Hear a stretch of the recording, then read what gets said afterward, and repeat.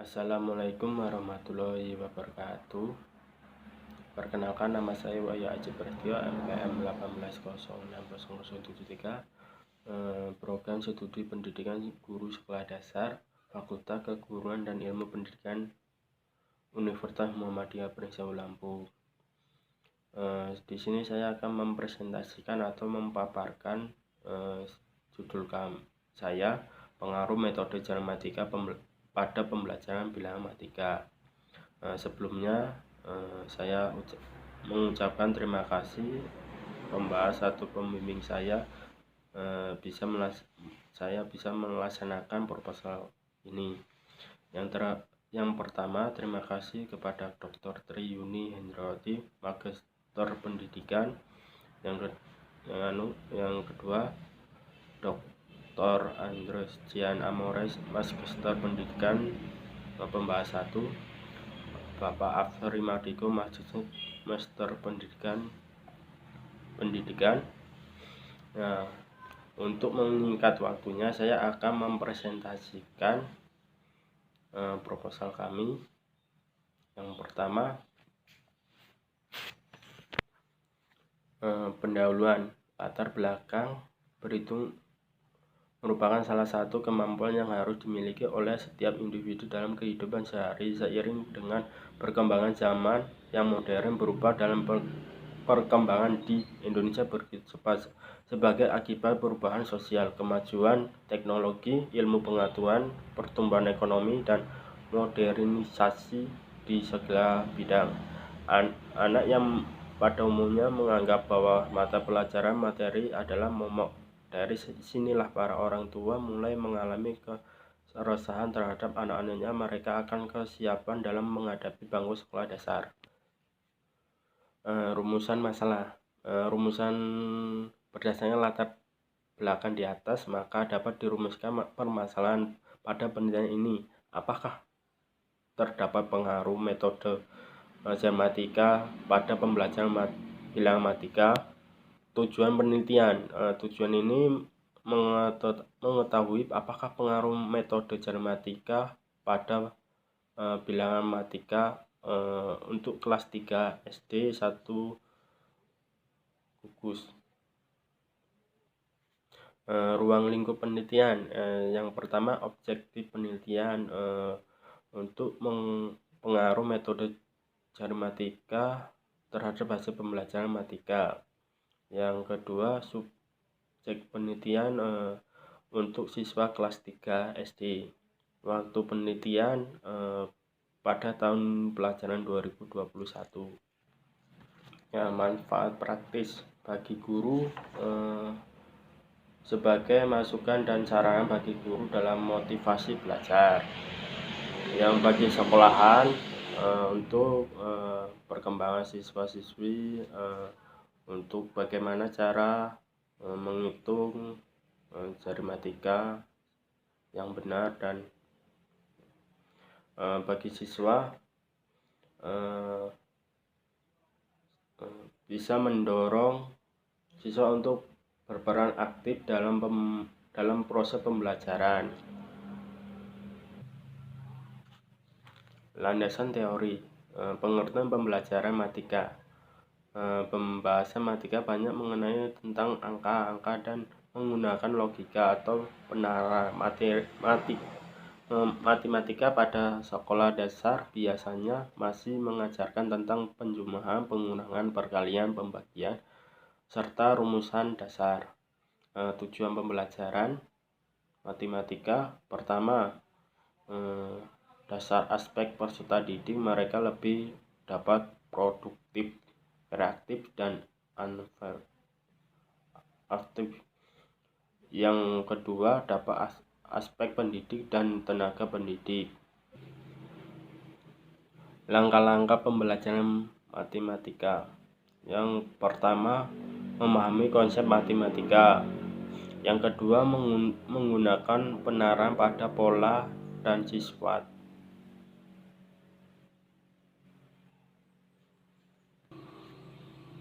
Yang ketiga, pembinaan keterampilan. Fungsi pembelajaran matematika sebagai suatu struktur, yang kedua kumpulan sistem, yang ketiga sebagai sistem deduktif, yang keempat atuhnya ilmu dan pelayanan ilmu. Kerangka berpikir. Metode jarimatika merupakan suatu metode yang dibuat untuk memudahkan siswa dalam melakukan penjumlahan, pengurangan, perkalian, dan pembagian, khususnya di kelas 3. Dalam penelitian ini terdapat dua kelas, yaitu kelas kontrol dengan kelas eksperimen. Pada kelas eksperimen akan diberikan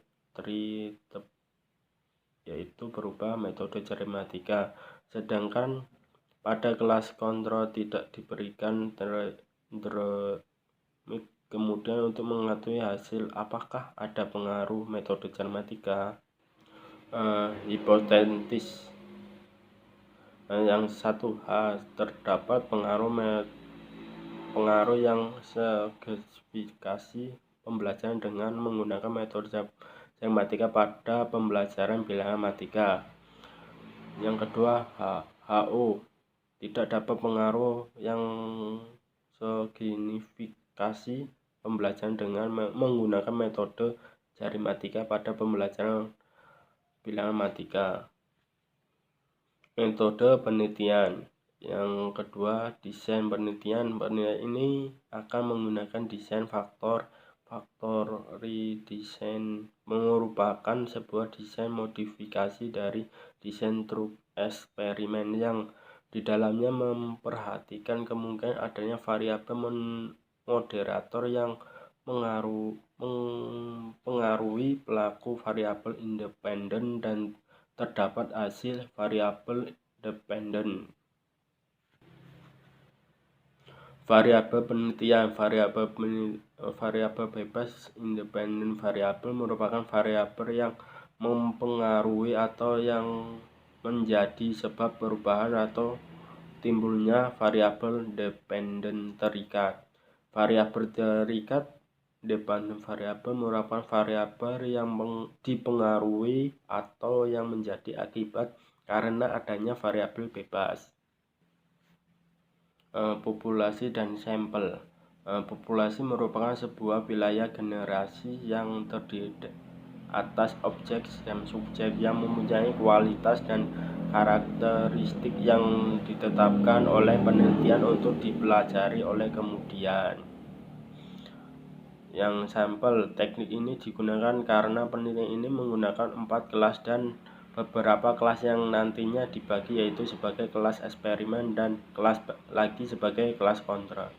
Sampai di mana ambil sebagai 4 kelas di sekolah yang terdapat di SD dibagi, yaitu sebagai kelas eksperimen dan kelas lagi sebagai kelas kontrol. Sampai diambil sebagai 4 kelas di sekolahan yang terdapat di SD Negeri Gugus 1 Kecamatan Sukarjo. 4 kelas tersebut akan diundi sehingga penelitian ini mengetahui mana yang akan menjadi kelas eksperimen dan maupun kelas kontrol.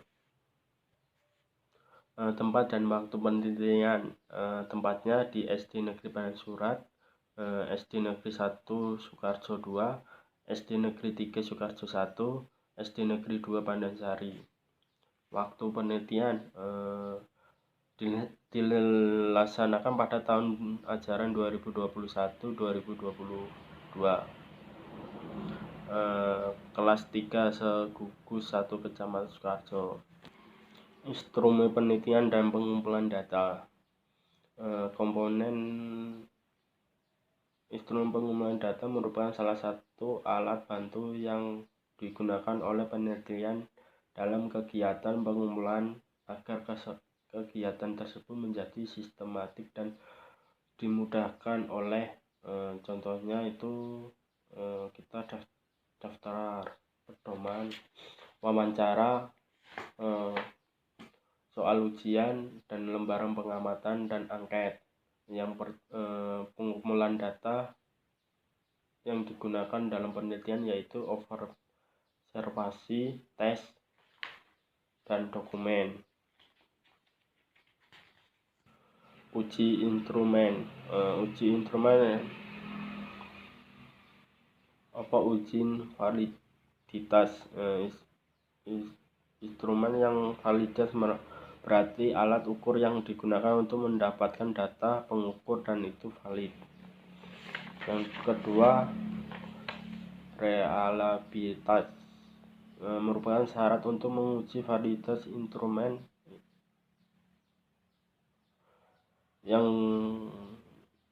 mengukur objek yang sama akan menghasilkan data yang sama.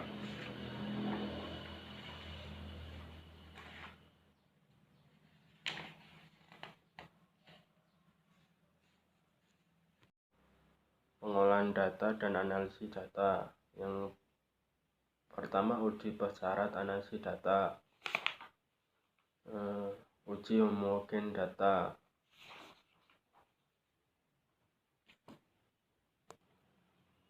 Jalannya penelitian. Jalannya, agar tujuan penelitian ini dapat tercapai, maka perlu ditetapkan susunan jalannya penelitian secara sistematik.